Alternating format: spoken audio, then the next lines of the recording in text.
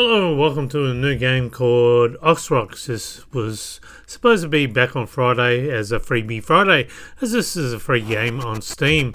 It's actually a remake, or not a remake, but a clone of the old 1984 Commodore 64 Atari game known as Boulderdash, where you control Rockford and you have to collect diamonds. The original game had 80 levels and 4 bonus levels. Then in 1986 there was a construction kit made so that players could make their own games. It also had an amoeba or a slime where you'd have to trap the slime for it to change into diamonds. This was originally made by two Canadians, Peter Liepa and also Chris Gray. They didn't get along at first, even though they both had something to do with the game, but eventually they got back together after 30 years. But Peter Liepa was the main running person behind it, and as you can see over the years there's been many variations of it. Rockford has changed from human to a cat to a robot, all sorts of things. Then there's been, other than the boulderdash series, there's also been various clones. And one of the clones was released in 2001 and it was called Rox. So this was a boulderdash clone and it had a similar sort of idea, but you controlled a character called Thresher, which was a blue sort of Sonic the Hedgehog type of character, but it ran on the same principle. Instead of collecting diamonds, you were collecting units. I'm not sure what a unit was, and instead of butterflies, and you would get gnats and spiders instead of the exploding squares. But the principles remained exactly the same. You had to avoid boulders. So as I said, this was freeware, released back in 2001. It also contained a construction kit, and you can play it for free at this website if you want to download it with all the maps that people have made. But this became abandoned software after the Safrasoft people, who was Ilya Safro and I'm guessing his brother Dmitry Safro. They were both Americans. They both exist today, they both work, but the Rox became an abandoned game. So in 2024 a company called Fat Ox Games updated the game both graphically and sound wise, and has given us the game for free on Steam. It has 10 Steam achievements, and what we're going to do is we're going to look at that game now.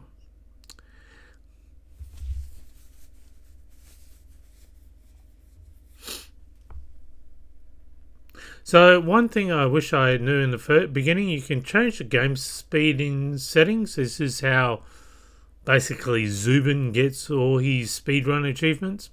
There's introduction, there's the original collection, there's the bonus levels, and the official boulderdash. We're only going to do the introduction level, so I'm running it at this higher speed, and as you can see, all those people now. Frotty is the developer there, and he's got it at 4 seconds, 59 seconds. This is second level, basically showing you how rocks work in Ox Rox. Now I'm not sure if this introduction was in the original Rox, but it definitely is in the game that we're playing now. I'm just going to turn it up so you can hear the sound. So that was Sticks and Stones. Now we're collecting units. I'm not sure what a unit is. And that's one of the gripes I have with this version, this clone, is it's exciting collecting diamonds. We all like diamonds. I'm not as excited collecting units. I don't even know what they do. what is the purpose of it?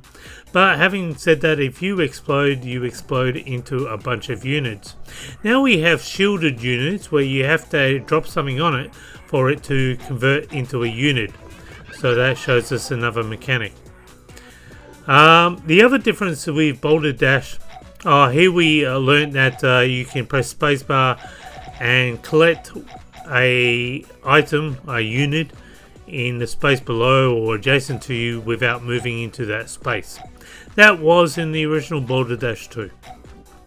Something that was in the original Boulder Dash is a countdown per level. So you'd have to get certain levels done within a certain time frame. There are no countdowns in this version. This level is showing you doorways. Basically, you got doorways and red coloured keys or yellow coloured balls that you need to open up. Pretty simple. The other thing that is different in Boulder Dash that's not here, there's no slime, no amoeba mechanic, and there's also in this version you actually have to collect every unit to open up the door. In the original Boulder Dash, it was based on a countdown. Now here we have spiders. The yellow ones basically drop down and follow you, such as so. The red ones go in a certain clockwise or anti-clockwise and so forth with the blue ones. You just got to avoid them, that's all, or you explode into units. So as I said, with the original Boulder Dash there was a countdown, and sometimes it was a question, do I go for those extra diamonds that I can still get or not? Here you don't have that choice of should I be greedy or not. You have to collect everything. There's no such thing as I'm only going to collect half and go back because I'm not going to be able to get. So we've got exploding, we've got gnats, which act very similar to but they explode into units as well. That's basically it. As you can see, Zubin seems to be hogging all the leaderboards for some reason. Which, look, the most casual gamers aren't going to be bothered with the leaderboards because it's not really a shared mechanic, it's just one guy now. This showing you missile mechanics, which wasn't in the original Boulder Dash. So the only element you're going to get is you can also lay a mine, pressing shift, is the puzzle element, and that does shine, and the editor, the being able to make your own games. I will test out the editor at the end of this video, but I'm not sure how to publish, to tell you the truth. So you got an invulnerability. I don't think that was in the original Boulder Dash either. The original Boulder Dash is a fantastic game. It really was. It didn't need a story. It was the puzzle element. Having said that, one of the versions of Boulder Dash had a story where you had a girlfriend called Crystal, and you had to collect all these diamonds, crystals, in order to win her heart. That was the story, as superficial as the story was. But as I said, it doesn't really need a story. The whole thing about this game is just the puzzle element, which this game also has that. You got falling rocks here. There's quite a lot of interesting mechanics, and when coupled with other various ideas, can be very interesting. Now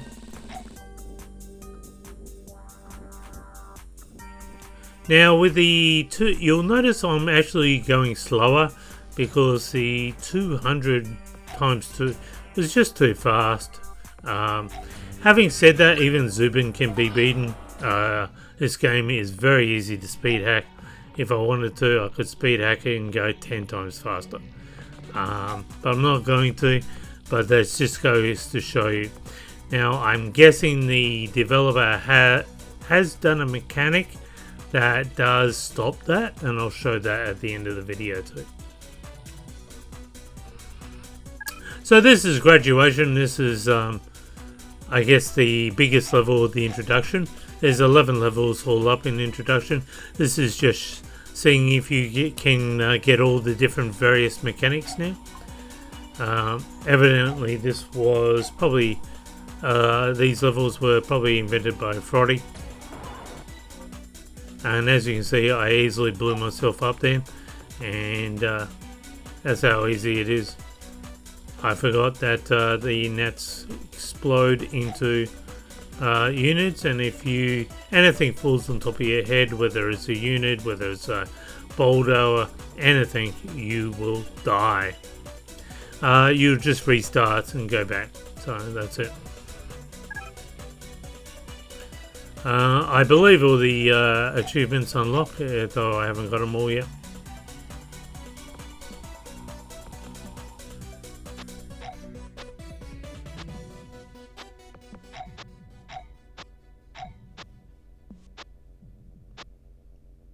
Now with those things, because I killed that, at the top I only got one unit.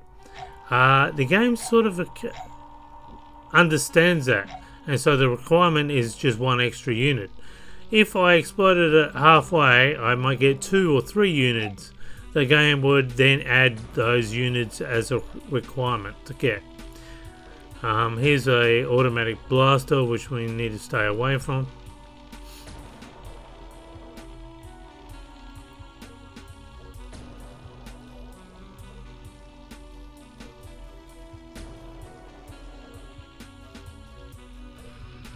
So this graduation level is making me, and you'll see some of the levels are decorated like there was a spider there behind the cannon. So there's outside decorations that people put on their things. The only thing you can't have outside is units, because the game would require you to collect those units.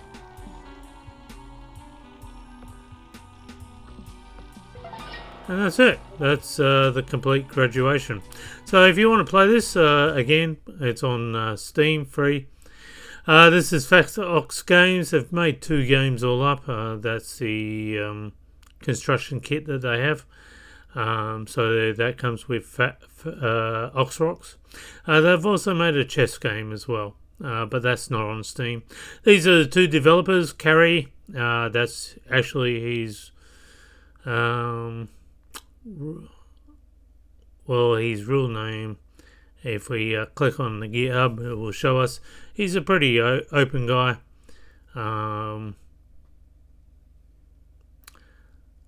Just says that they've been together for more than 10 years. And I'm not sure that Frotty is... I don't think that's what Frotty looks like. I think that's a Photoshop, to tell you the truth. But anyway, this is Carrie's real name. And Frotty, unfortunately, is not as open. He doesn't have his real name on it. And I don't like that with developers. They're map builders for Warcraft 3. And they've done quite a lot of those maps. But as I said, I don't like that when developers aren't open, because there's a lot of sketchy stuff that usually goes on with developers that are not open.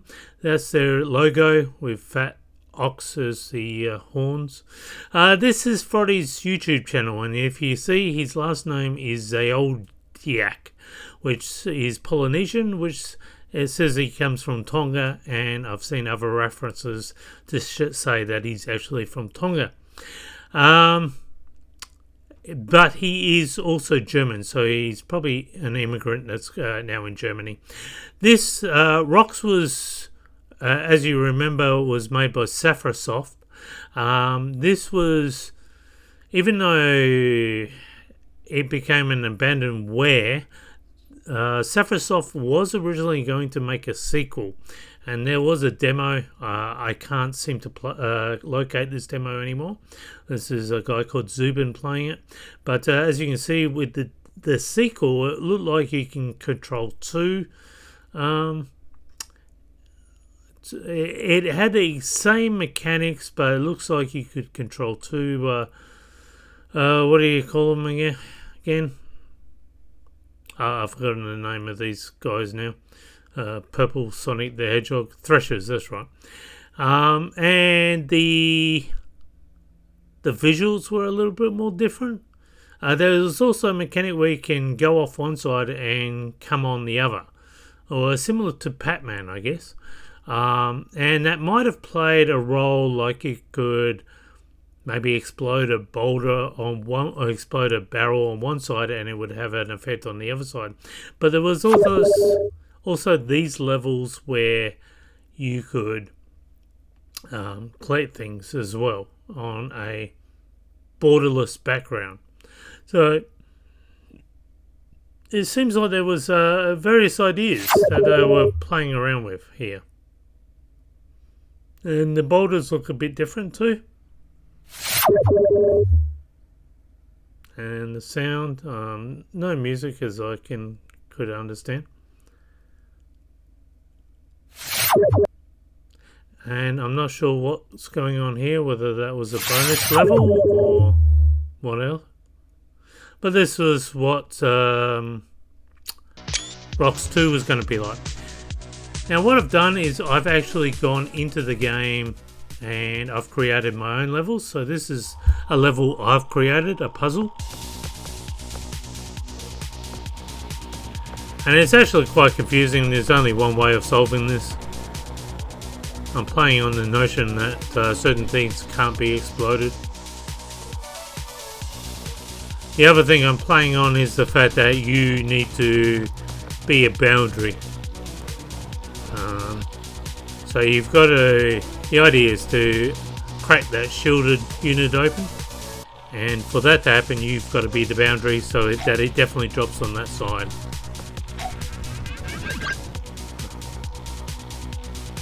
It's an interesting little puzzle I created. It didn't take me too long to create it. Maybe half an hour. This one took me 2 minutes to. The next one took me 2 minutes to make. POW.